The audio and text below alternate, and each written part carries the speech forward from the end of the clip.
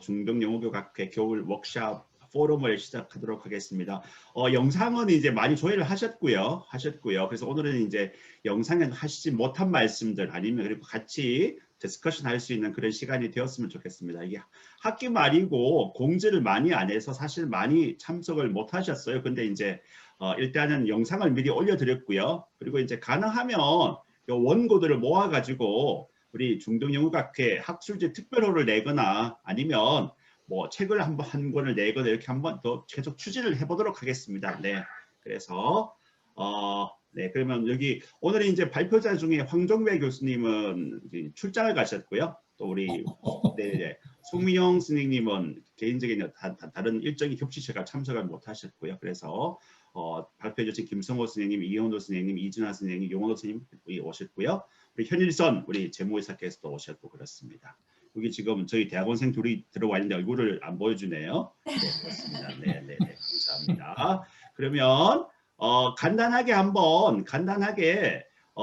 이게 발표자분들께서 간단하게 한번 짧게 한번 발표 내용에 대해서 한번 하시고 싶었던 말씀에 아주 핵심 메시지만 한번 정리해 주시면 어떨까요? 우리 이현우 교수님부터 한번. 예, 그 영문법 연습 및 지도법이라는 그 과목을 2학기 때 그 수업을 했었는데요.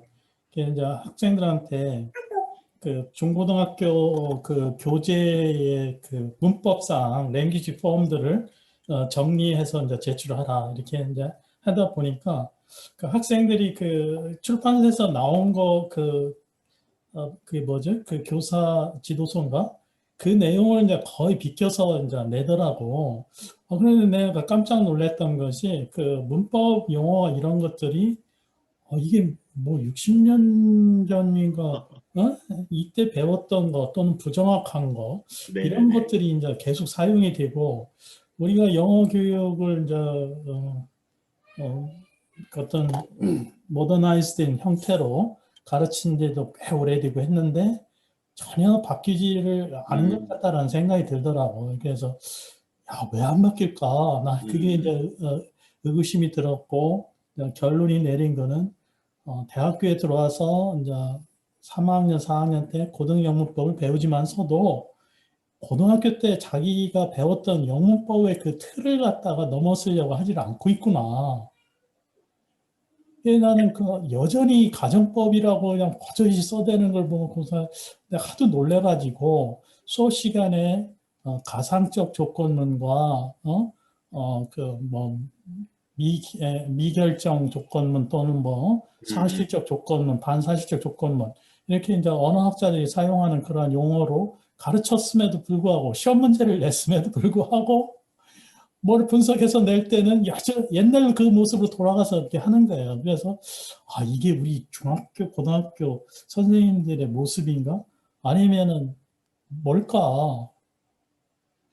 근데 그 지도서라든가 이런 데 그 설명을 누가 쓰는지를 난 모르겠어, 솔직히 말해서. 교사들이 쓰시죠. 아닌 것 같아. 발주를 받아서 쓰시죠, 보통 이제. 교과서 저자가 있으시고. 교사들이 쓰는 것도 있겠지만은 또 다른 저자들이 있으시죠. 출판사 직원들이 쓰는 것 같다라는 아니, 보통 다른 교사들에게 외주를 주죠. 그렇죠? 네, 다른 스승님들한테 외주를 주죠, 보통은. 근데 그 용어의 그 사용이라든가 설명 이런 것이 30년 전보다도 더 퇴보를 하는 상황이라 내가 설명을 정확하게 해야 된다 이런 것이 아니고 설명은 간단 명료하게 해야 되는데 간단 명료하게 설명을 하려면은 정확하게 그 핀포인트로 이렇게 탁 꼬집어내서 이렇게 하듯이 해야 된다. 이거를 얘기하고 싶었던 거예요. 그래서 이제 그 선행사라고 하는 것을 너무나 우리 그 영어 교육에서는 관계대명사하고 관련돼서만 선행사라는 개념을 쓰는 거예요. 네네네. 근데 사실 그 프로폼하고 그 프로폼의 의미를 결정해 주는 거를 이제 이 이론 언어학이라든가 거의 모든 언어학에서는 다 그 선행사라고 하는데 선행사라고 이렇게 지칭을 했었을 때 그냥 별다른 설명 없이 그냥 넘어가야 되는 부분이 굉장히 많거든요. 근데 이제 선행사라는 개념이 없으면은 그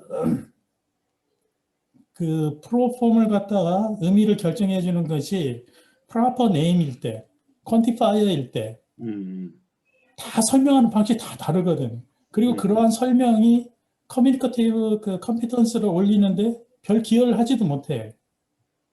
그러니까 이거 굉장히 골치 아프고 힘든 건데 선행사라는 개념을 있으면 여기에 대명사가 사용이 됐는데 이게 바운드 베리어블로 해석이 되든 아니면은 레퍼런셜 디펜던트 해석이 되든 그냥 선행사에 의해서 의미가 결정이 된다. 뭐 이런 식으로 간단 명료하게 하고 넘어가야 되는데 그러니까 그걸 설명하다 보니까 뭐 은어가 나와 은어가 사용이 됐었을 거예요. 아마 그 현장에서 중고등학교에서 영어를 가르치셨던 분들은 이 대명사는 뭐를 받아서 뭐 이런 식 뭐 네네, 받아서 네네네, 그 표준국어 사전에 없거든. 받다라는 그러한 네네, 의미가. 네, 네네네, 그리고 네, 받다의 의미가 뭐냐 이렇게 했었을 때 또 설명도 못해 제대로.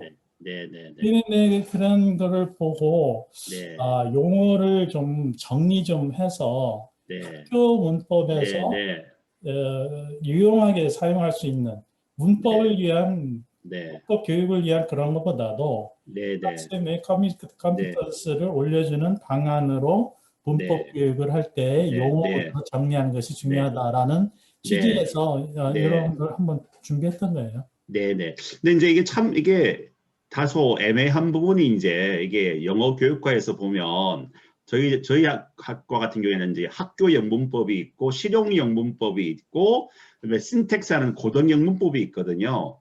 근데 이제 이게 되게 애매한 게 이 임용 때문에 외국 교재를 자꾸 보니까요.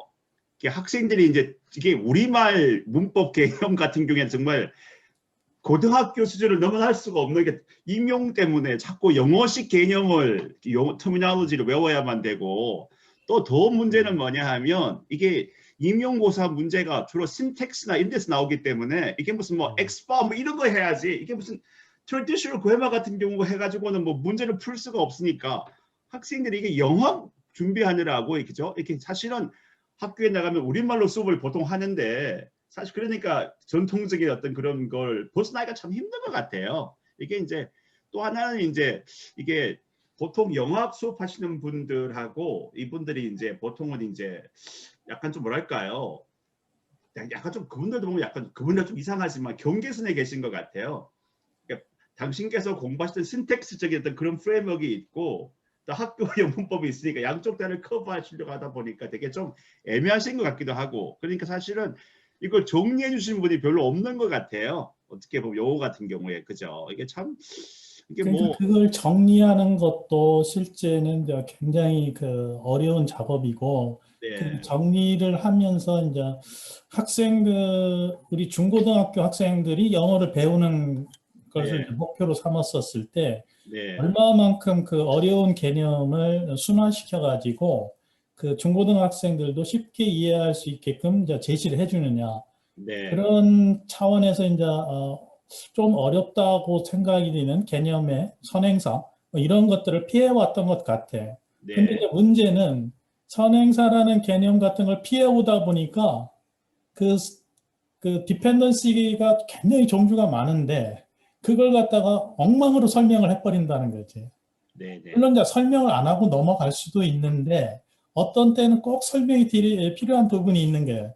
그러니까 설명할 부분에서 이제 엉터리로 설명을 이제 하게 되고 네, 네, 네, 그리고 이제 그 가정법 같은 것도 이제 이게 이제 그 미국이나 영국 또는 뭐 우리 이쪽에서도 그런데 이 기술 문법에서 이렇게 보면은 그 오픈 컨디셔널이 됐던 하이퍼세티컬 컨디셔널이 됐던 그 이프절하고 주절에서의 그 시점 가리키는 시점이 각각 세개씩이니까 9개의 조합이 나온다는 거예요.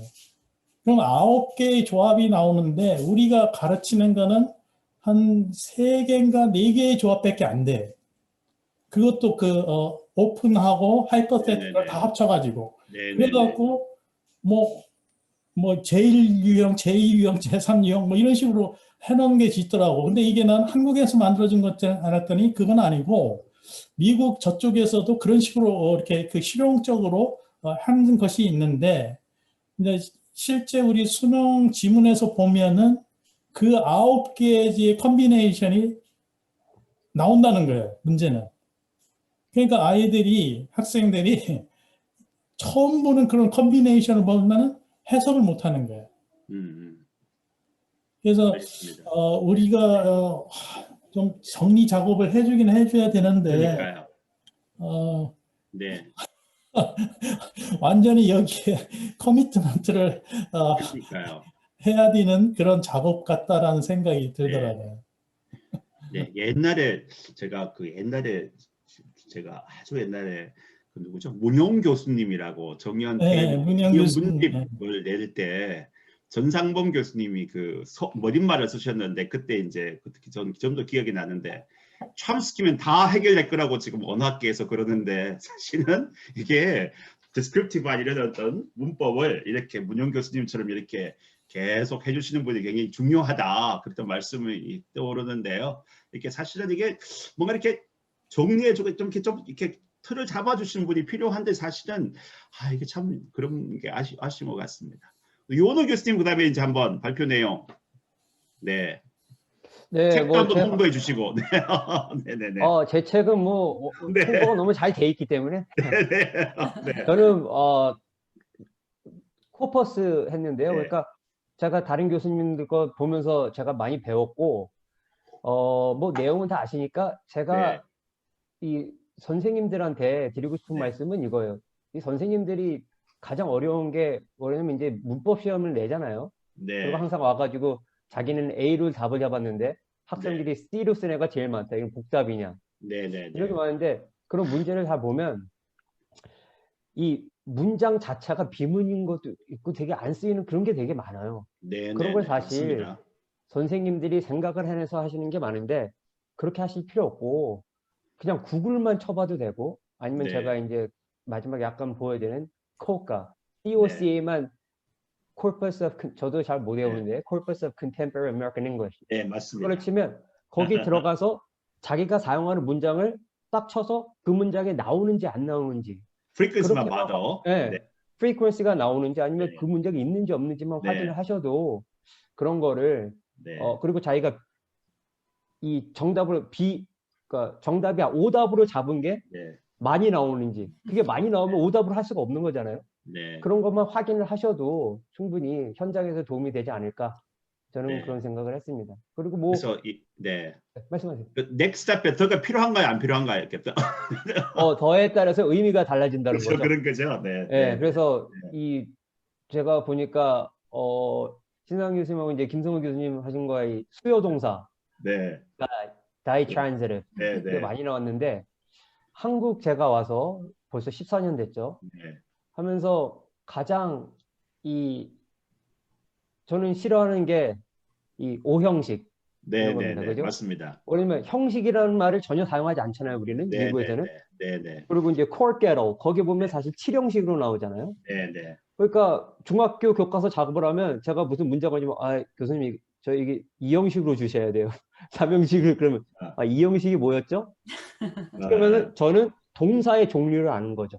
네. 네. 이게 뭐 linking verb, 그러니까 타동사가 네. 사용되는 게 네. 이게 2형식이 3형식이 헷갈리는 거예요. 네. 네. 그러니까 이런 거를 동사의 종류만 가르치면 되는데 네. 네. 형식을 학생들이 동사의 종류도 알아야 되고 형식도 같이 외워야 되잖아요. 타동사가 3형식에 사용되는 거다. 이런 게 불필요한 게 아닌가 이런 생각이 들고 그 construction grammar 그래서 정말 중요하다고 생각한 게 그런 게 사실 이제 김성 교수님이 아주 있어 보이는 말을 정말 저도 많이 배웠는데 이게 현장에서도 사용되는 게 제가 그 수요동사라는 게 사실 영어에서는 사용되는 게 아니에요. die transitive라고 그러거든요. 네. 네. 여러 가지 한국어에서 사용되는 것 중에서 가장 좋은 말이라고 저는 생각해요. 왜냐면 김성우 교수님 말씀하신 대로 그 construction 안에 의미가 포함되어 있는 거거든요. 어떤 동사가 die transitive로 사용되는 순간 주다라는 뜻이 들어가요. 그죠? 그래서 이제 그 신성우 교수님 말씀하신 그 마지막에 그 Self Mercy의 Larson Freeman 그 책에도 나오는 건데 I opened him a beer. 말이 되는데 I opened him the door. 그럼 말이 안 된다는 거죠. 문제형은 똑같은데 I opened him 그 construction 안에 주다라는 뜻이 있기 때문에 I opened him a door 문을 열어서 문을 줬다라는 뜻이 되기 때문에 말이 안 된다는 거죠. 그죠? I opened him a beer 맥주를 열어서 주는 거기 때문에 되고 그래서 construction 안에 주다라는 의미가 있기 때문에 그 수요 동사라는 게 되게 좋은 것 같고 그 이현우 교수님이 말씀하신 거 그 가정법 제가 한국에 와서 가장 잘못되고 가르치는 거라고 느낀 것 중에 하나예요. 그래서 가장 뭐 좀 현장에서 할 수 있는 거는 제 생각에 이제 두 가지라고 볼 수 있는데 우선 가정법하고 조건문이 다르다. 근데 저는 가정법을 한다면서 조건문으로 가르치기 때문에 가정법이 조건문이라고 생각해요. 근데 이현우 교수님 말씀하신 대로 조건문 안에 가정법이 사용되는 게 있는 거거든요. 네네네. 조건문 안에 가정법이 사용이 안 되는 거는 이현우 교수님 이제 오픈 컨디션을 하셨는데 그 셀스 머시아 책에 보면 이제 factual 아니면 뭐 future 그래서 그런 식으로 해야 되고 또 제가 생각하는 거는 가정법 현재 가정법 과거 가정법 과거 완료라고 그러잖아요. 그거는 바뀌어야 된다고 저도 생각해요. 많이 배우셨다. 한국에 오셔서. 가정법 과거가 아니고 그게 가정법 현재라고 해야 된다고 생각하는 거죠 저는. 가정법 과거 완료가 아니고 가정법 과거. 네. 그래서 정말 이 많은 그러니까 제가 이제 교수님을 보면서 저도 많이 느끼고 이렇게 그러니까 업데이트가 안 되는 것 같아요. 업데이트가 결국 누군가가 업데이트를 이게 어떻게 보면 약간 좀 우리나라의 이렇게 말하면 안 되지만 컬처 같기도 한데요. 이렇게 뭔가 좀 대표적인 저작이 나와가지고 좀 이렇게 다들 좀 컨센서스를 모아야 되는데 이게 잘 안 돼가지고 이게 그래머가 업데이트가 안 된다는 게 참 심각한 것 같습니다. 이게 보면 되게 심각한 것 같고 결국은 다 지금 입시 위주의 그것만 있으니까 사실은 이게 교사들이 쓸 수 있는 외국책은 되게 많은데 그게 또 우리 지금 시스템은 잘 안 맞으니까 업데이트가 안 되는 부분도 있고요. 그리고 이제 요런 거 잠깐 말씀하시는데 결국 우리 황정기 교수님도 마지막 부분에 말씀하셨지만 이 이제 시험이 이제 이게 큰일인 거죠. 시험이 이게 큰일인 거죠. 결국은 뭐 이게 저희 애가 본 시험 문제 제가 몇 개 올렸는데 보면 정말 이게 야 이건 뭐 너무 어려운 문장 10개 주고 뭐 틀린 게 계속 찾아라 이러면 정말 이건 근데 그게 저는 항상 이제 제가 수업실 하는 말이 너무 위험하다. 이 언어가 변하는데 구글 쳐보면요 이상한 것도 다 프리퀀시가 나와요. 그렇지 그러면 어떡할 거냐는 선생님들이 너무 위험하신데 이 평가가 참 문제인 것 같습니다. 이준하 교수님 그러면 한번. 네. 일단은 제가 이제 학부에서 영문법 수업을 담당하고 있거든요. 지금 한 10년째 가르치고 있는데, 그래서 이제 이번 토픽이 굉장히 저한테 개인적으로 흥미가 있었고, 여러 교수님들의 그 다양한 측면에서의 영문법을 보게 돼서 정말 저 오늘 워크숍을 저는 개인적으로 열심히 했고요.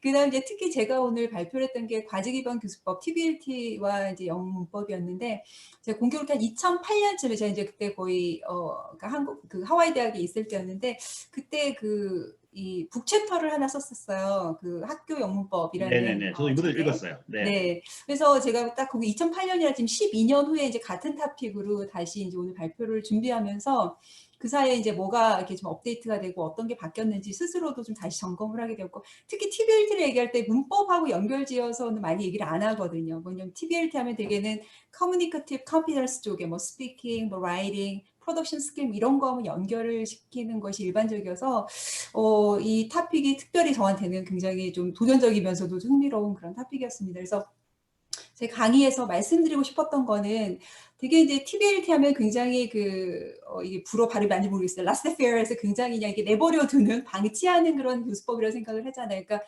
학생한테 과제를 주면 그래서 학생들이 그 안에서 우연적인 방식으로 혹은 굉장히 비명시적인 방식으로 언어를 습득한다. 대개는 이 정도로 이해를 하고 계시는 게 일반적이신 것 같아요. 그래서 제가 강의 초반에 제가 주변에 좀 여쭤봤어요. TBLT 문법 교육하면 어떤 생각이 떠오르세요? 했더니 문법 안 가르쳐요. 혹은 가르치지만 다 임플리시트하게, 뭐 인시덴탈하게 가르쳐요. 이렇게 이제 많이 말씀을 하시더라고요.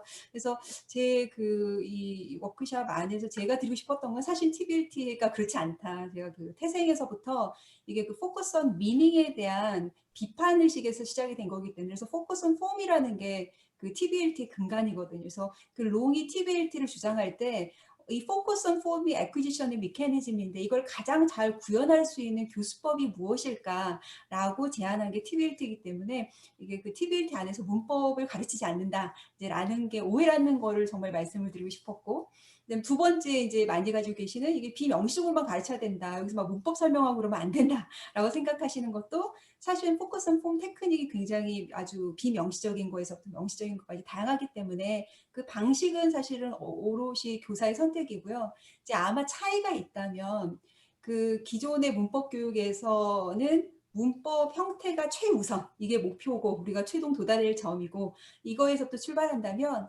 이제 과제 기반 교수법에서는 과제라는 게 전면에 내세워져 있고 이게 아까 그 뭐 이원호 교수님, 신상군 교수님 말씀하셨던 그러니까 유스를 가장 잘 보여준 세팅인 거죠. 그래서 그 폼이 언제 어디서 누구와 어떤 상황에 사용이 돼야 되는지를 보여주는 이제 어떤 무대 세팅 같은 거가 태스크로서 역할을 하는 거고 당연히 이 태스크를 수행하기 위해서는 그 마치 무대 위에서 연극을 할 때 세팅 안에서 연기를 하기 위해서는 굉장히 대사도 정확하게 외워야 되고 퍼포먼스를 잘해야 되는 것처럼 이 태스크 수행에 필요한 언어 형태들이 있는 거죠. 그래서 훨씬 더 이게 이제 인지적인 측면, 아까 이제 김성호 교수님 인지부호 얘기하셨지만 그냥 오늘 수동태 배워 하니까는 규칙을 배우는 것보다 오늘 이제 수행해야 되는 네. 그 과제 안에 네, 수동태를 네. 반드시 써야만 하는 그런 네. 형태가 있다면 학생들이 훨씬 네. 더 내가 네. 오늘 해야 될 미션이 네. 주어졌기 네. 때문에 네. 거기에 네. 집중해서 언어를 프로세스할 네. 것이고 네. 그렇기 네. 때문에 뭐 네. 포커스 온 폼이 일어나고 네. 뭐 노티싱이 일어나고 해서 그 황종규 교수님 말씀하셨던 여러 가지 그 습득의 이론에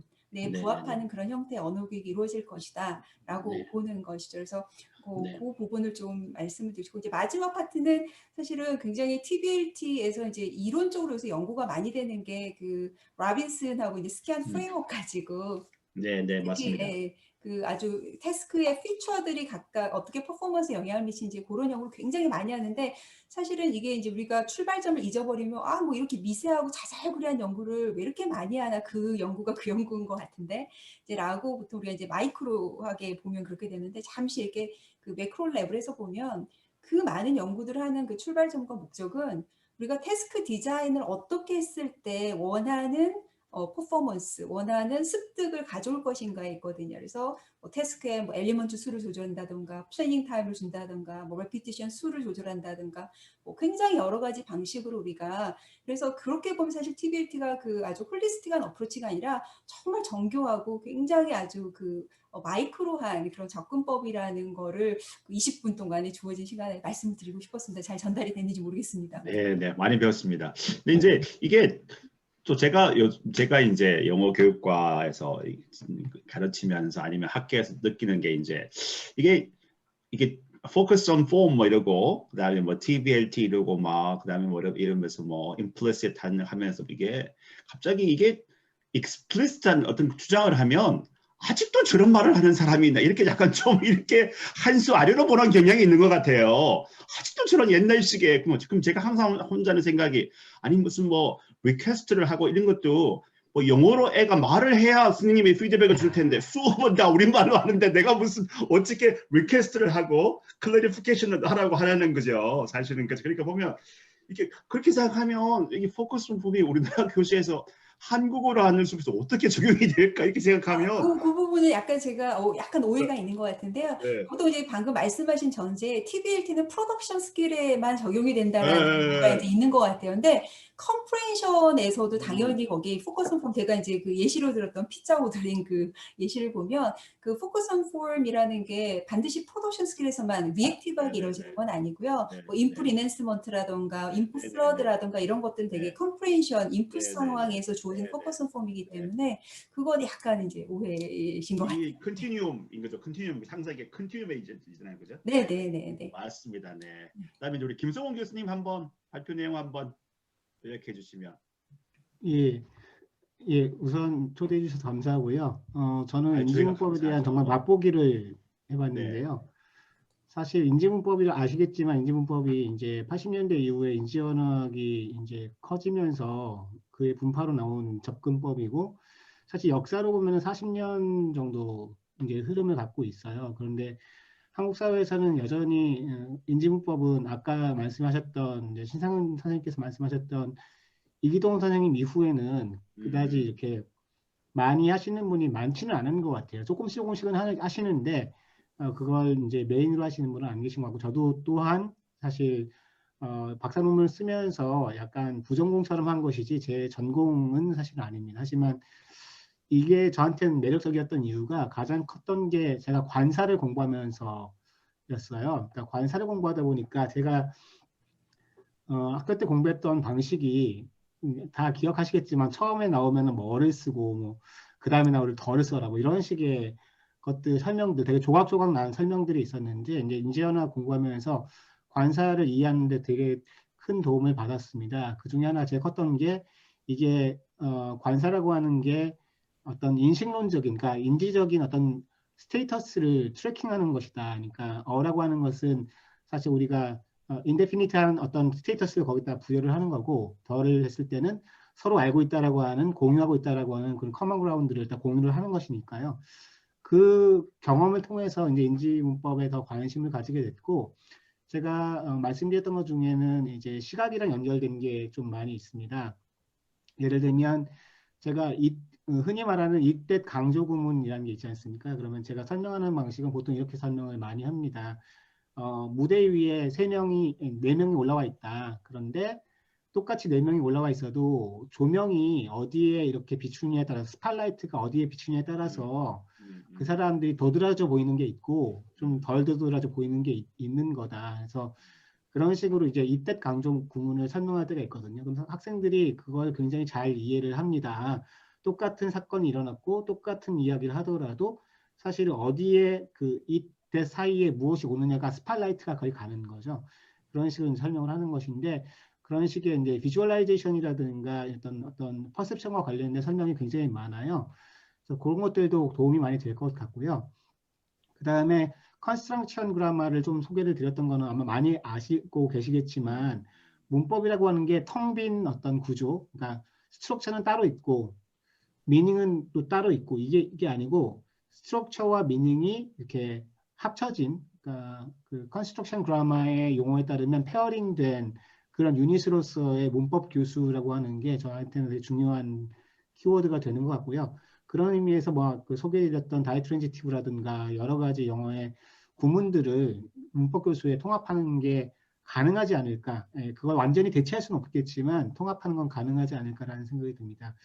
마지막으로 드는 생각은 뭐냐면, 아까 여러 선생님들께서 말씀해 주셨는데 제가 문법 교수에 대해서 제가 전문가는 아니지만 갖고 있는 생각은 뭐냐면, 너무 문법 교수가 기계적인 룰로 이제 된다는 거죠.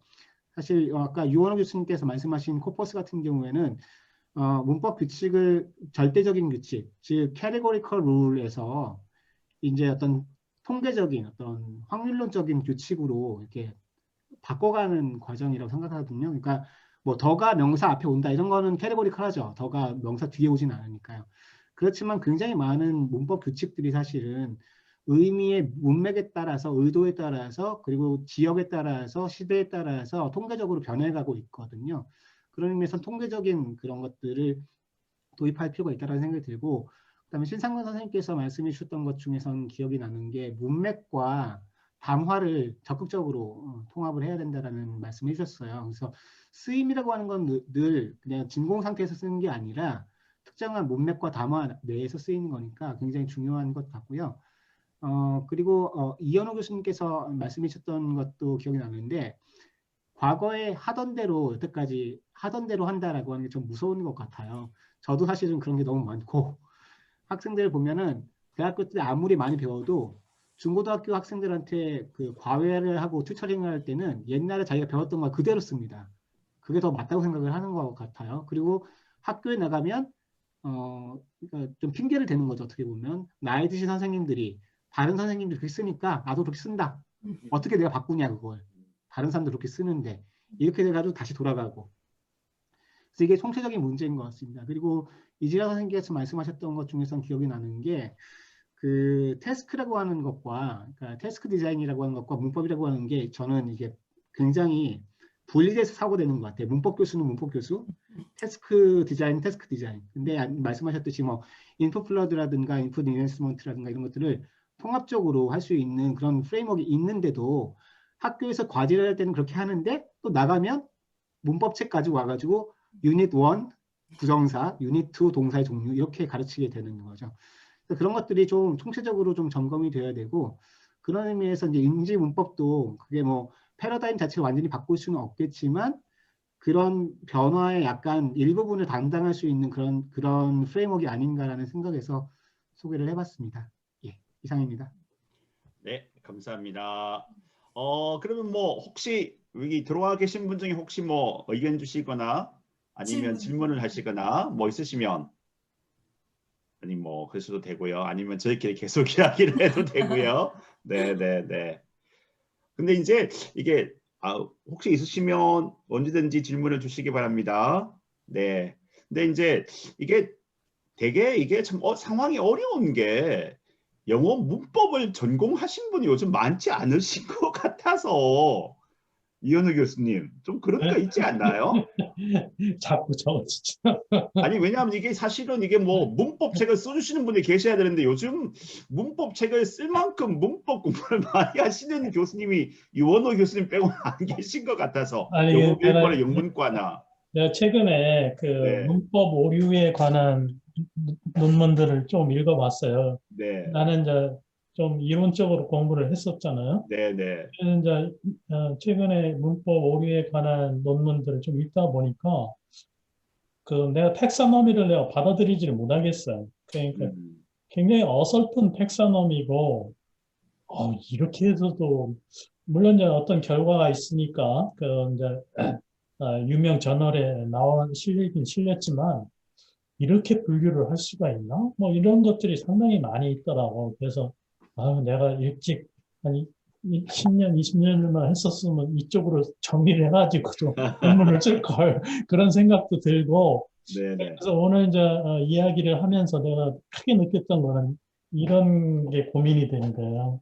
우리가 L1, L2 그 애퀴지션 관해서 이야기를 할 때 마더텅을 사용할 때 마더텅에 효과가 있다. 근데 효과가 있을 때는 어떤 때가 효과가 있느냐 하면은 이미 이제 어, 아이들이 그 어떤 개념을 가지고 있는데 그 개념을 모국어로 가지고 있다 이거잖아요. 그거를 영어로 설명할 필요는 없잖아요. 영어를 가르칠 때 이미 마더텅 모국어로 해주면 금방 이해가 되는 거니까. 그렇다면은 우리가 문법 개념, 문법 용어 이런 걸 쓸 때 정말 그에 견줄 수 있는 그러한 수준의 그런 문법적인 개념, 용어가 있느냐. 우리가 중학교 1, 2학년 애들만 해도 주어, 동사, 목적어 막 이런 말 막 써요. 그러면은 주어라고 하면 금방 아이들이 알아듣는가, 보호하면 알아듣는가, 아닌 것 같아. 그러니까 어려워요, 어려워요. 계속 그러니까 그러니까 문법하고 문법의 용어의 사용과 모국어의 사용, L2 teaching에서의 그게 같은 면도 있지만 아주 다른 면도 있는 것 같아요. 그러니까 문법 용어나 개념이라고 하는 거는 제2 언어를 배우는 학생이나 제1 언어를 배우는 학생이나 여전히 저쪽 멀리 있는 개념으로 여겨지기 때문에 이거를 갖다가 개념을 설명하려고 하는 순간에 그냥 늪에 빠져버리는 그래서 이제 극단적으로 문법을 가르치지 말아야 된다 하는 그런 견해들이 나왔던 것 같고 근데 하여튼 우리 중고등학교 학생들 뭐 초등학생도 마찬가지인데 액세서블 할 수 있는 그러한 그 쉬운 개념부터 이렇게 좀 이렇게 벽돌 쌓아 올라가듯이 좀 이렇게 좀 만들어가는 작업이 좀 필요할 것 같다라는 생각이 들어요. 근데 그러한 것을 하기 위해서는 사실 학자들이 망이 좀 있어야 돼.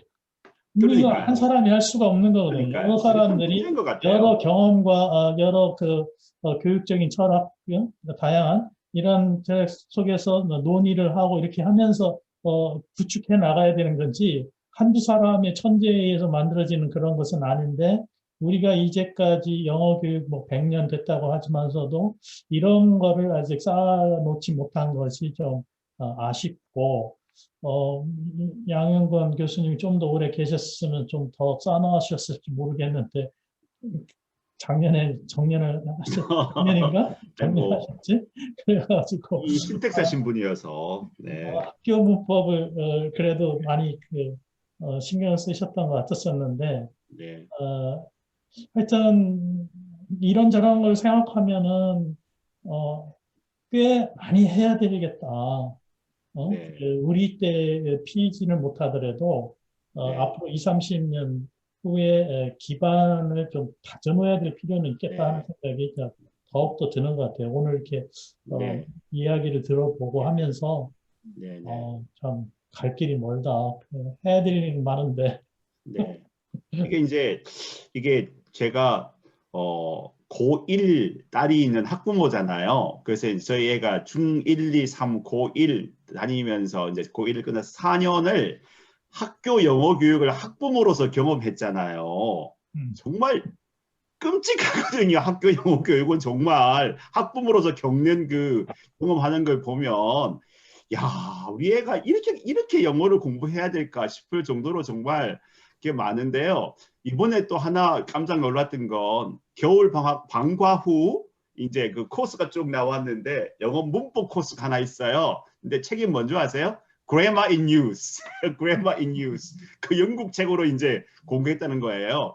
야, 이게 정말 이게 지금 고등학교 1학년 겨울 방학에 굳이 이거 그죠? 그 또 책도 그죠? 우리 유원호 교수님 책도 아니고 이거 지금 그래마인 뉴스 같은 책으로 계속 문제 푸는 거잖아요. 그냥 계속 그냥 엑서사이즈 하는 거잖아요. 전혀 뭔가 사용하는 기회도 없이 그냥 야 이거 정말 그래서 이원호 교수님 말씀하신 것처럼 야 우리나라가 이렇게 영어 교육이 왕성한 나라인데 이런 책 하나 없구나 이런 생각이 참 많이 드는 거죠 사실은 그렇죠. 네네네.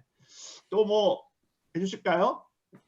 혹시 저는 오디언스님 약간 여기 오디언스 중에 혹시 선생님 계시는지 모르겠는데, 그러니까 약간 이게 이제 저희는 약간 이렇게 이제 학자 입장에서 얘기를 하는 거고 네. 궁금해서, 예, 왜냐면 제가 최근에 느낀 게 이제 제가 2학년 학부 영문법 네. 수업을 하는데 제가 이제 11년쯤 됐는데 초창기 문법 수업은 학생들이 별로 그렇게 재밌어하지 않았거든요. 굉장히 뭐 자질구레한 그 임용고시에 나오는 그 코언스 티칭 그래머, 티처스 그래머 가지고 제가 하는데 굉장히 싫어했는데 제가 확 한 4, 5년 동안 느낀 게 제가 그 공교롭게 강의평가가 제일 높은 과목이 영문법이에요. 그러니까 그거 무슨 얘기냐면 학생들이 영문법에 굉장히 목말라 있다라는 걸 제가 느끼거든요.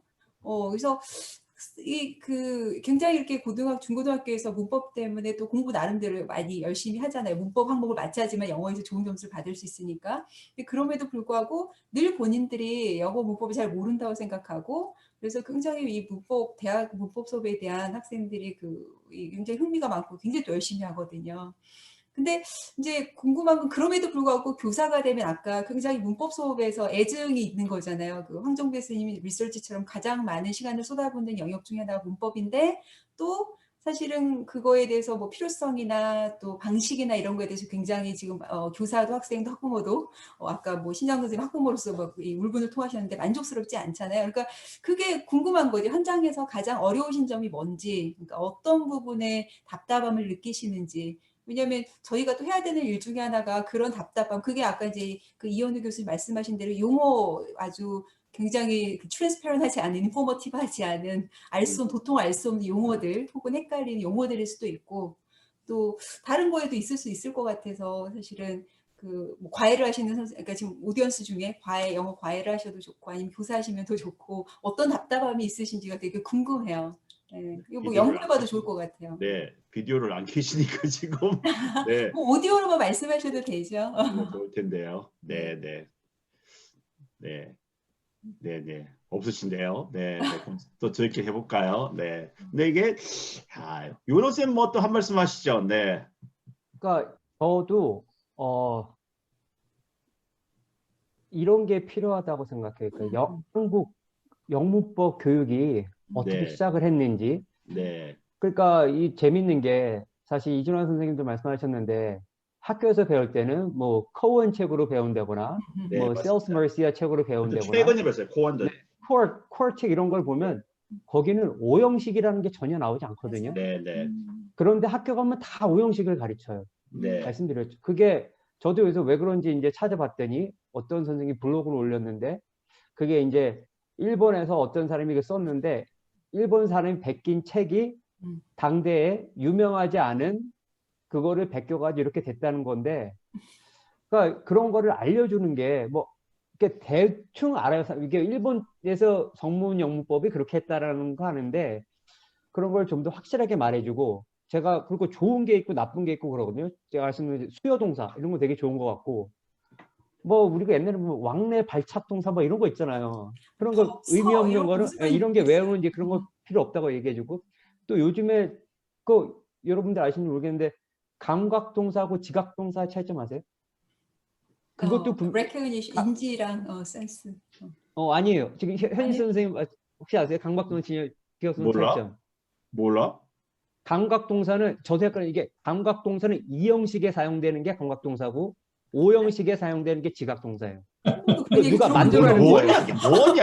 들어본 이게 적 없어요. 들어본 최근에 적 나온 없어. 거예요. 그러니까 저도 그러니까 공구 개정할 때는 이런 말이 없었는데 1호 개정 작업을 하면서 제가 또 공구 개정할 때는 제가 막 이거 사명식으로 주세요 이런 거였고, 요번에 개정할 때 또 문제가 줬더니 교수님 이거 지각동사 안 되고 감각동사로 주셔요. 그게 무슨 말이에요? 그러니까 영어로는 다 그냥 sense verb인데 이게 뭐 그러니까 연결 동사로 되는 이형식, 그죠? He smells good 이런 걸 감각동사라는 거예요. 그리고 I saw him leave 그런 거는 그건 지각동사라는 거예요. 감각동사라는 걸 누가 만들어낸 겁니다. 이게 저는 그건 그렇게 나쁘다고 보지는 않아요.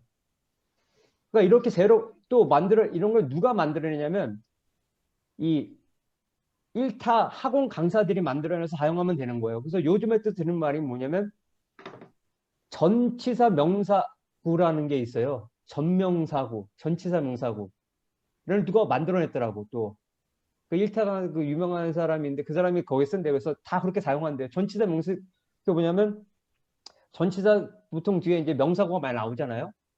그러니까 전치사 명사구라는 걸 만들어 놨는데 그런 거는 저는 좋지 않다는 거죠. 왜냐면 가장 잘못된 것 중에 하나가 전치사 뒤에 명사가 와야 된다고 생각하는 건데 그건 절대 아니거든요.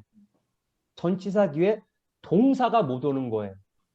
뭐 부사도 뭐 far from finished, 그리고 from here to there, 형용사, 부사 모든 품사가 다 오거든요. 근데 동사가 못 오니까 동사를 동명사로 바꾸는 거를 보고 그리고 꼭 명사가 와야 된다라고 잘못 가르치고 있는 건데 그거를 전치사 명사구, 전명사구라는 말을 만들어서 사용하면 그런 게 잘못된 인식이 더 박히게 되는 거죠. 그러니까 이런 거를 저희들이 어떤 거는 그러니까 새로운 말이 막 생겨나는 거예요. 그 테스트를 더 잘 볼 수 있게끔 이런 게 장단점이 뭔지 그런 걸 우리들이 연구해서 알려주고 이런 게 현장에서 사용될 수 있는 게 좋지 않은 게 참 예. 조영규 교수님 안녕하세요. 네, 안녕하세요. 네, 조영규 교수님 들어오셨어요. 네, 네. 혹시 뭐 한 말씀 해주시면 문법 교육과 관련돼서. 오디오 꺼져 있어요. 소리 안 들려요. 네. 지금 들립니까? 네, 네, 선생님. 네. 반갑습니다. 네, 안녕하세요. 네. 저는 지금 사실 제가 문법 지도를 하고 있지 않기 때문에, 근데 사실 관심은 되게 많았어요. 근데, 생각해보면 아직 제 머릿속에 남아있는 문법은 과거에 우리가 성문종합, 그다음에 맨투맨, 거기서 배웠던 맨투맨 얼마나 듣는 이야기예요? 네. 그러니까 거기서 저희들이 사용했던 그 문법을 설명하는 그 표현들 이외에 추가적인 발전이 있는가 그런 생각을 하면서 어디서부터 그렇게 됐는지는 모르겠지만 학교 전체의 어떤 그런 영어 교육의 분위기가 accuracy보다는 fluency, 그러니까 문법을 잘하는 사람보다는 말을 잘하고 뭔가 소통 능력이 뛰어난 사람에 대해서 그러니까 더 많은 어떤 영어 역량이 있는 사람으로 이렇게 좀 인식하는 그런 게 알게 모르게 있는 것 같아요. 그러다 보니까 저희 학교 같은 경우는 사실 저희 학과에는 문법 지도 교과목이 있지만 뭐 교양이라든가 다른 전체에 쓰는 영문법 과목은 없어요. 그래서 사실 근데 그런 상황에서 예를 들면 뭐 시사용어를 하든가 제가 교양 과목을 진행을 하면서 뭔가 문법을 설명을 하며, 왜냐하면 그거를 설명하지 않고서는 그 긴 어떤 단락을 학생들에게 이해시킬 수가 없어서 근데 문법을 가끔씩 설명을 해요. 그럼 학생들이 눈 동그랗게 보면서 그런 걸 우리가 왜 알아야 하는 식으로 그 학생들이 예.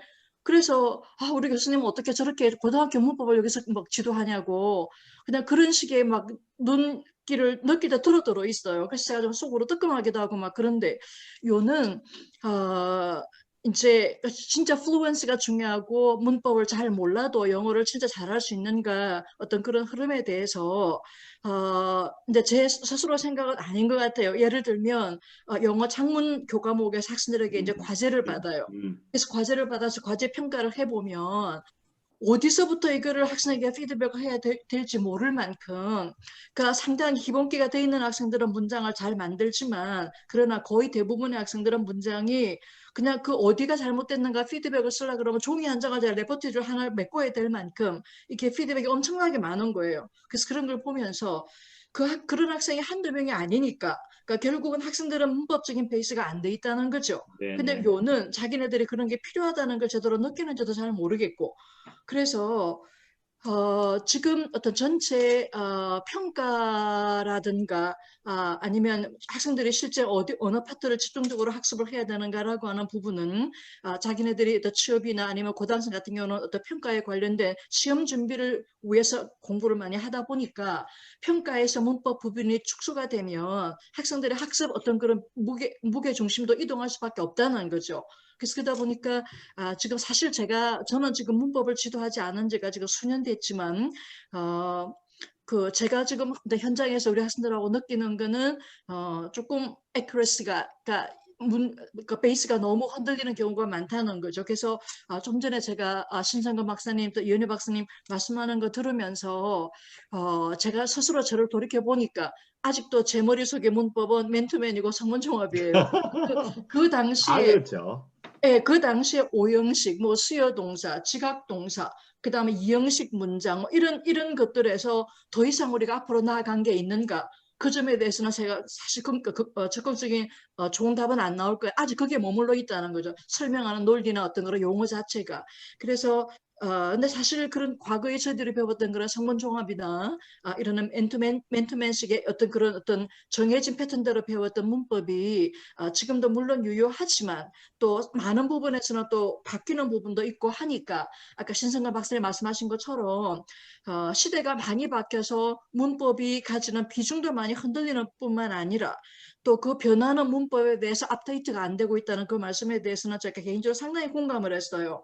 그래서 일단 뭐 10년 뒤고 5년 뒤고 좀 긴 시간을 두고 봤을 때 조금 이런 부분에 대한 거는 그래도 우리가 어떤 전공상 영어 교육을 하는 분들 중에 어떤 문법에 관심이 있는 분이라면 조금은 지금 현재 어떤 문법 교육의 위치를 조금 한번 진단을 해보고 어떤 방향으로 업데이트를 할 것이며 과연 지금 우리가 갖고 있는 문법을 설명하는 용어나 어떤 규칙이라고 하는 것이 지금 한국에는 제대로 뭔가 우리가 지도할 만큼의 어떤 매뉴얼은 준비가 돼 있는가 그런 부분에 대해서는 사실 저는 아직까지는 그렇게 많지가 않다 생각하거든요. 그래서 좀 다음에 조금 뭐 좋은 기회가 있으면 저도 좀 기회를 주시면 열심히 공부해 보겠습니다.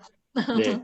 근데 이제 두 가지 생각이 들었는데 하나는 이제 교수님 말씀 들으면서 이번에 저희 과에서 이제 아주 그 브라이트한 학생의 석사 논문을 이제 심사를 했는데요. 외국에서 오래 생활한 친구예요. 근데 이제 아주 영어도 정말 말을 정말 잘하거든요. 네. 근데 이제 제가 너무 심사할 때 그랬어요. 자, 학생 첫 번째 문장 한번 읽어보세요. 이 문장에 동사가 있어요. 이렇게 했어요. 그 다음 문장에 이게 주어가 어느 거지? 그러니까 문법적으로 맞는 문장이 하나도 없어요. 근데 말은 너무 플루언트하게 잘하거든요. 영어도 막 60페이지를 논문을 영어로 다 썼어요. 근데 가만히 들여다보면 이게 글만의 그런 문장이 하나도 없는 거예요.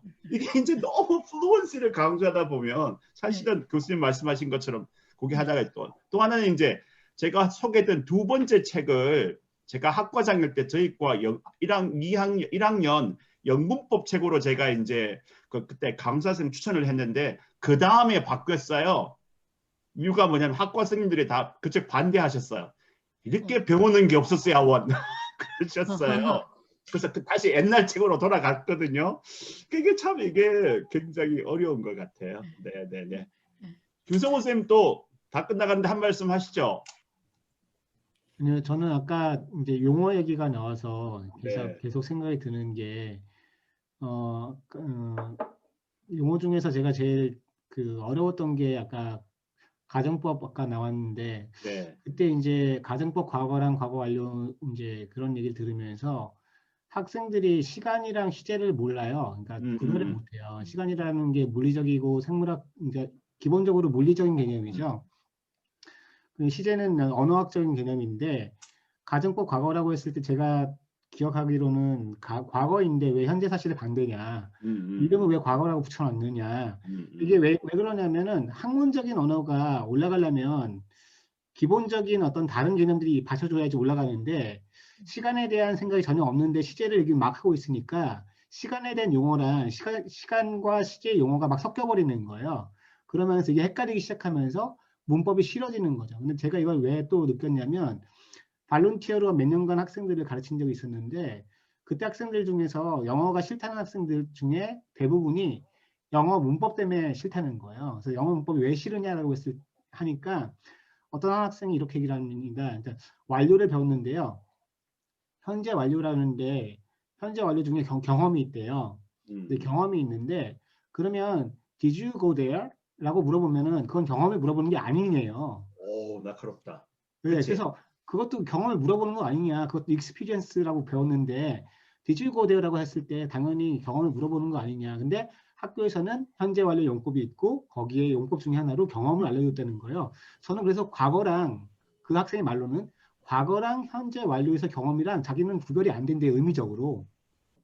근데 학교에서 계속 경험, 뭐 완료, 계속, 결과 이런 것만 알려주는 거죠. 그러니까 용어가 헷갈리고 흔들릴 때 학생들은 영어 자체에 대한 흥미를 잃어버리는 경우가 상당히 많더라고요. 근데 그걸 듣고 나서 보니까 제가 우리나라 문법, 그러니까 한국어 문법을 배울 때도 체언, 용언 같은 거 배울 때 되게 힘들었던 기억이 있더라고요, 저도. 그래서 이게 단순해 보이지만 메타링구스틱 터ම්스에 대한 이 문제가 되게 가벼운 문제가 아니다라는 생각을 많이 했고 앞으로 이제 여러 선생님들께서 이제 저도 노력을 하겠지만 학생들로 하여금 문법의 어떤 그 에센스에 집중할 수 있도록 그런 기틀을 만들어주는 게 굉장히 중요할 것 같다는 생각이 듭니다.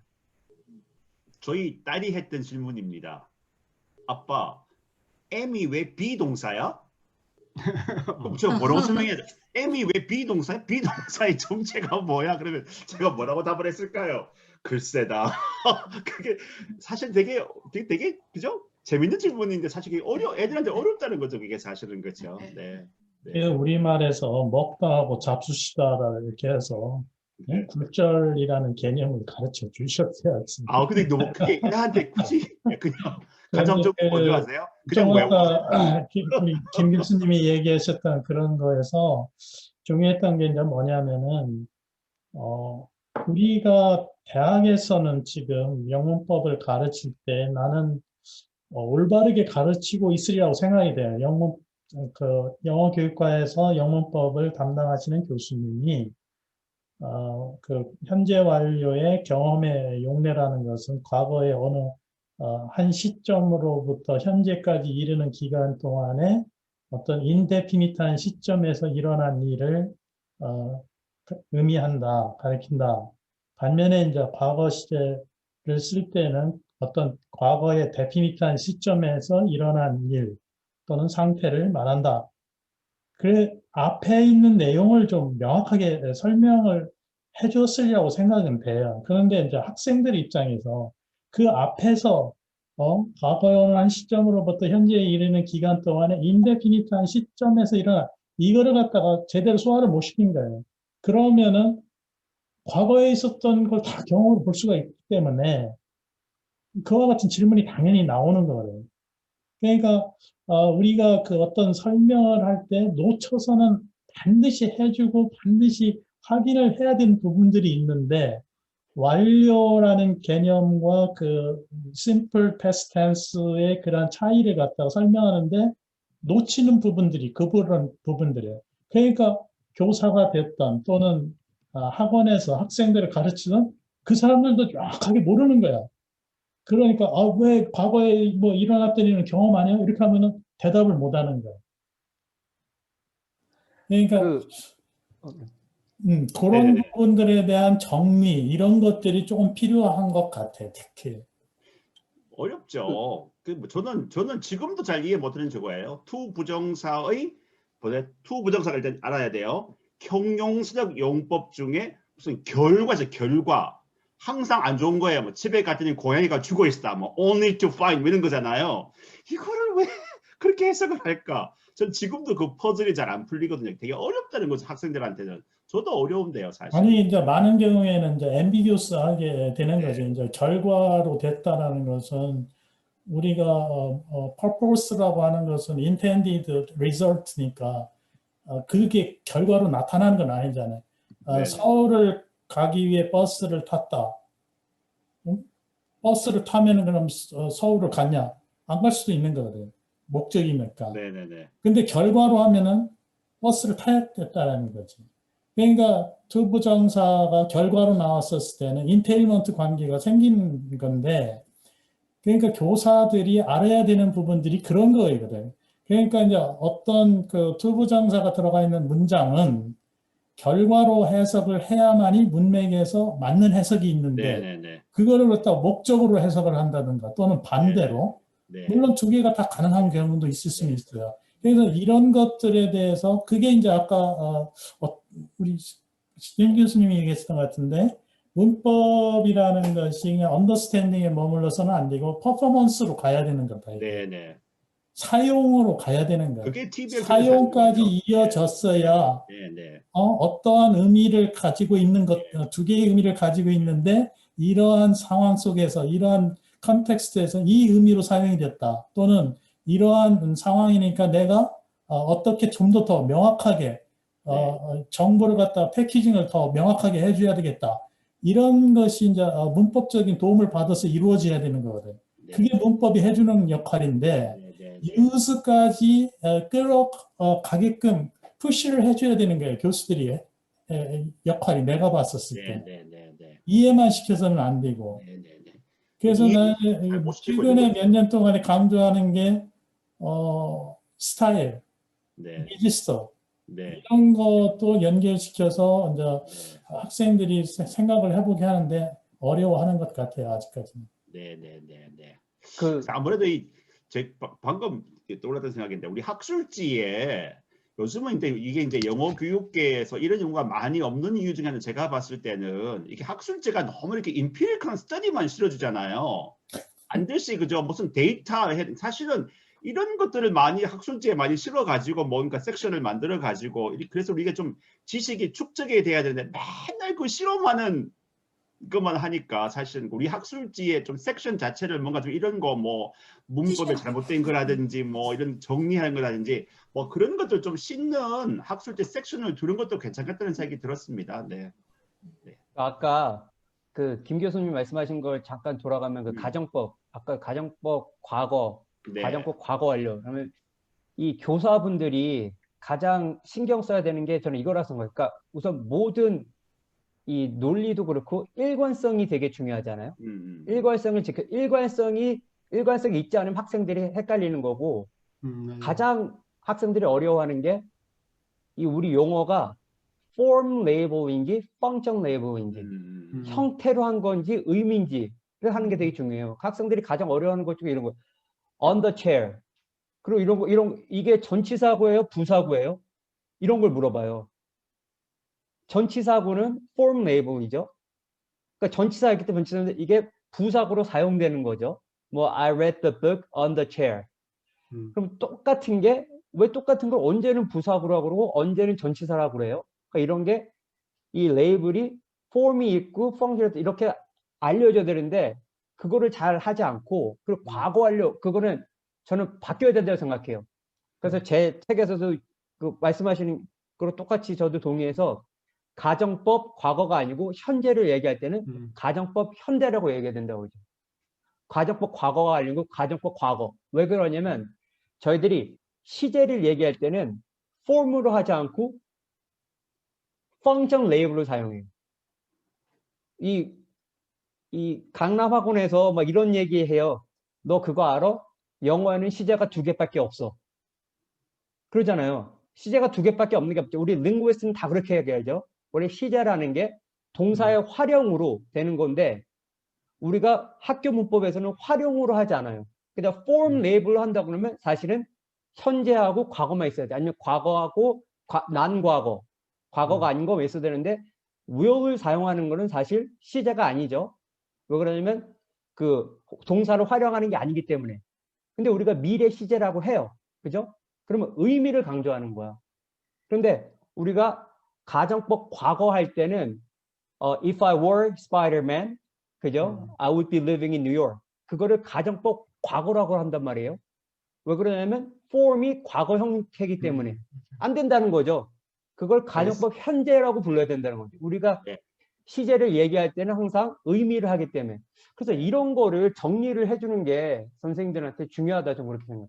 그러니까 그 역할을 이제 누군가 해주셔야 되는데 유원호 교수님께서 아마 좀 앞으로 아니 정말 이미 퀴즈 하고 계시는 거 아니에요? 되게 하고 있는데 사람들이 이게. 안 볼 뿐이에요. 근데 이제 그게 아니 그걸 뭔가 이렇게 뭔가 정말 지금 학습 이렇게 해야 되는 것 같아요 정말로.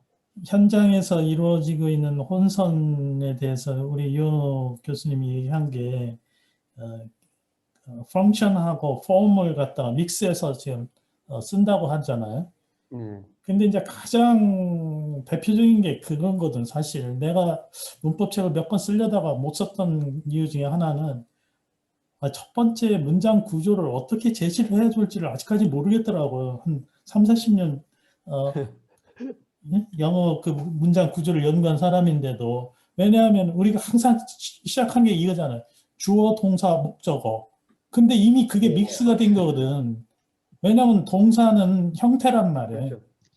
그 주어, 목적어는 기능이고, 근데 이미 주어, 동사, 목적어라고 얘기를 하는 순간 내 스스로 형태와 기능을 갖다가 짬뽕을 해갖고 얘기를 하고 있어가지고 이걸 어떻게 피하면서 이야기를 할 수 있을까? 나는 거기서 박혀가지고 더 이상 나가지 못하는 거예요. 그래서 아예 획기적인 방법으로 그러면은 두 단어로 만들어진 문장부터 시작해갖고 그 유형을 제시해주고 세 단어로 만들어진 문장 이렇게 해서 한번 제시해볼까? 뭐 별별 생각을 다 해봤는데 아직까지 해결책을 못 찾았고 그 우리가 어려워하는 것 중에 또 하나가 문법 그 현상을 설명해 놓은 그러한 그 설명에서 멘션하고 그 레퍼런스를 혼동을 해버리는 거야. 서울은 대한민국의 수도이다. 내가 이 말 했을 때 서울은 내가 레퍼런스로 얘기를 한 거란 말이에요. 근데 서울은 음절이 2개다 했었을 때는 내가 멘션을 한 거란 말이에요. 서울이라는 거를. 근데 우리가 영문법 그 어떤 걸 설명하는 데 있어서 멘션하고 레퍼런스를 갖다 막 짬뽕으로 막 얘기를 하고 또 시제와 시간을 갖다가 막 섞어서 얘기하고 과거 시제가 뭐보다 더 빨라서 아니 시제가 뭐가 어떻게 더 빠를 수가 있어. 시제라는 것이 시간이 아닌데 그러니까 이렇게 설명하는 것들이 너무 많이 이루어지고 있는 거예요. 그래서 나는 이러한 것이 왜 일어났는가를 사회현상적으로 좀 생각해 봤는데 요즘 설민석이가 좋은 예가 되더라고. 그러니까 이 지식 소매상들이 너무 많은 거야. 네. 지식 소매상이 학교 현장에서 그리고 사교육 현장에서 그러니까 명확한 어떤 개념, 명확한 설명 이런 것을 갖다가 스터디를 해가지고 자기 나름대로 체계를 잡아갖고 해주는 것보다는 그냥 부분적으로 발췌를 해가지고 말 잘하는 걸로 해가지고 악화가 양화를 갖다가 구축해버리는 거야. 네. 네. 이게 이제 결국은 오늘은 문법이지만 사실은 우리 어떻게 보면 오늘 발표에서 가장 중요한 저는 발표가 이준하 선생님 발표 같아요. 왜냐하면 이게 왜 이렇게 생각하냐면 발표 내용도 물론 좋으시지만 이게 문법만의 문제가 아니라 결국은 가르치는 전체 틀 속에서 문법의 역할이 나와야 되는 거잖아요. 그렇죠? 그러니까 이게 수업이 바뀌지 않으면 이게 뭐 그죠? 이게 문법만 하시면 이게 아니고 큰 틀 속에서 문법의 역할이 제대로 들어가야 되고 제대로 수업을 하셔야 되는데 지금 뭐 완전히 이게 따르게 되니까요. 그래서 그것도 저희가 이제 34분인데요. 한 6분 뒤에 마치면 좋을 것 같아요. 그래서 이제 혹시 뭐 현일선 교수님 한 말씀 하실까요? 네, 저는 신입생들을 대상으로 대학 교양 영어를 가르치는데요. 이 학생들이 고등학교에서 바로 이렇게 넘어왔기 때문에 저희가 영작을 가르치는 데 있어서 문법이 가장 강조되고, 그럼 아이들이 이제 가장 물어보는 것도 문법의 그 필요성을 느끼지를 못하는데, 실제로 영작 교육을 하면서 작문을 하다 보니까 영작이 꼭 필요한 문법만 가르쳐 주세요. 뭐 이런 요구사항이 굉장히 많이 들어와요. 그래서 그거를 어떻게 저희가 솔팅을 해서 정리를 해서 학생들에게 전달을 해야 될지, 그런 게 저희 학교 프로그램의 좀 고민이고 저희들끼리의 고민이거든요. 그러니까 좀 이준하 선생님하고 좀 연결되지 않을까요? TBLతో 연결되지 않을까요? 어떤 태스크를 하느냐에 따라서 뭔가 거기에 필요한 그래머를 가르쳐야 되는 거죠. 사실 아이덴티파이 해서 네, 맞죠. 그런 거죠. 사실은 그죠? 그 태스크에 필요한 게 뭐냐? 아까 이게 문법을 지금 이제 말씀 듣다 보니 저도 생각이 된 건데, 그러니까 문법을 접근할 때 이게 문법을 완벽하게 체계를 우리가 만들어서 그걸 이해하고 나서 가르칠 것이냐, 아니면 그냥 가르치는 속에서 그냥 문법을 잘 녹여낼 거, 약간 이제 그 조금 입장 차이가 있는 것 같고요. 근데 당연히 뭐 전자가 굉장히 아이들하지만 그게 현실적으로 굉장히 어렵잖아요. 왜냐하면 학자들도 뭐 아까 말씀하신 대 텍사노미조차도 지금 이렇게 만족스러울 만한 텍사노미가 안 되어 있고, 그런 상황에서 우리가 그거를 완벽한 지식 체계를 다 갖추어서 정리한 다음에 그거를 가르쳐서 문법을 습득하게 하겠다, 이건 너무 요원한 것 같고요. 아마 이제 그거는 아까 말씀하신 그 용어의 정리라든가 이제 오류가 있는 부분, 이런 부분들 찾아서 저희가 수정하고 그거를 개선하는 역할을 마이크로 레벨에서 계속 해야 될 것 같고요. 그보다 이제 제가 생각하는 프로덕티브와 컨스트럭티브하다 생각하는 어프로치는, 그러니까 문법을 약간 영어 교육에서 이렇게 약간 이렇게 그 뭔가 다른 독방에 따로 넣어서 분리시키지 않는 게 일단 되게 중요할 것 같고요. 그리고 이 문법 교육에 대해서 죄의식 있잖아요. 문법 가르치면 굉장히 구닥다리인 것 같고, 굉장히 최신 교수법 모르는 사람인 것 같고, 그러니까 약간 이런 좀 문법 교육에 대해서 우리가 오늘 주제가 그래서 되게 중요한 게 인식을 조금 바꾸는 거. 그러니까 문법이라는 게 그냥 내가 영어를 가르치나 문법이 거기에 없을 수가 없잖아요. 형태를 안 하고 그냥 영어를 가르칠 수는 없으니까. 그래서 늘 거기에 있는 거고, 그러면 내가 그 문법을 어떻게 하면 아까 말씀하신 그 유스, 폼, 미닝 이 세 가지를 다 넣어서 가르칠 것인가를 좀 더 고민하시면 일단 그 현장에서는 훨씬 더 컨스트럭티브하고 좀 프로덕티브하게 나올 것 같아요. 그리고 이건 아이디어인데 저 연구자들끼리 이제 뭔가 저희도 해야 되는데 다들 오늘 말씀 들어보니까 다 개인적으로 비슷한 고민들, 문제의식들 가지고 계시잖아요. 근데 이게 약간 좀 이렇게 같이 공동 연구로 학교 현장에서, 그러니까 영어 선생님들이 가지고 계시는 문법에 대한 그 현재 이해 정도, 그러니까 아까 이미 말씀한 어느 부분에서 주로 혼선이 빚어지고 어디에서 문제가 생기는지, 또 교사들 입장에서 문법할 때 어떤 부분에서 문법 교육에 있어서 어려움을 겪는, 이런 연구를 좀 하면 그 다음에 저희가 학자로서 뭘 할 수 있을지가 좀 나올 것 같아서 제안 드리고 싶었어요. 뭐 그러면 현일선 교수님 말씀하신 것 중에 그 학생들이 작문에 나오는 문법을 배우고 싶다고 그랬잖아요. 그게 뭐냐면 송민영 교수님이 발표하신 것 중에 보면 많이 틀린 것 중에 하나가 이제 등위절이라는 게 있었어요. 사실 그런 말은 사용하지 않는데, 그게 뭐냐면 말씀하신 거 보면 이게 but하고 however, 이게 등위 접속사와 접속 부사가 다른 걸 알아야 되는데, 그걸 왜 알아야 되냐면 라이팅에서는 but이 사용할 때는 쉼표를 사용해야 되고 however 들어갈 때는 세미콜론이 사용돼야 되거든요. 그러니까 말할 때는 똑같죠. 그냥 but, however, 세미콜론, 카마 이렇게 안 하니까. 그러니까 그게 라이팅에만 중요한 거, 그런 게 문법을 모아낸 게 있어요. 라이팅 절대 매뉴얼이라고 오 마이 갓. 잘하는 사람인데 그걸 한번 보시면 알겠습니다. 도움이 될 겁니다. 네. 감사합니다. 네. 그럼 뭐 한 권 선물하시죠 뭐. 네, 많이, 네, 다음에 뵈면 드리겠습니다. 네. 네. 그러면 이제 대충 마무리하는데요. 되게 이런 모임이 되게 중요한 것 같습니다. 그죠? 그래서 우리가 너무 뭐 이렇게 무슨 뭐 아카데믹한 그런 토픽 말고 사실은 굉장히 베이직한 이런 이슈들을 많이 다루는 게 되게 그게 또 저희 학회가 해야 할 일인 것 같았어요. 앞으로 그럼 이런 모임들을 더 많이 갖도록 하겠습니다. 네네. 참석해 주셔서 감사드립니다. 네, 감사합니다. 고생하셨습니다. 복 많이 받으세요. 연말 연시 잘 보내십시오. 네, 마무리하겠습니다. 네. 고맙습니다.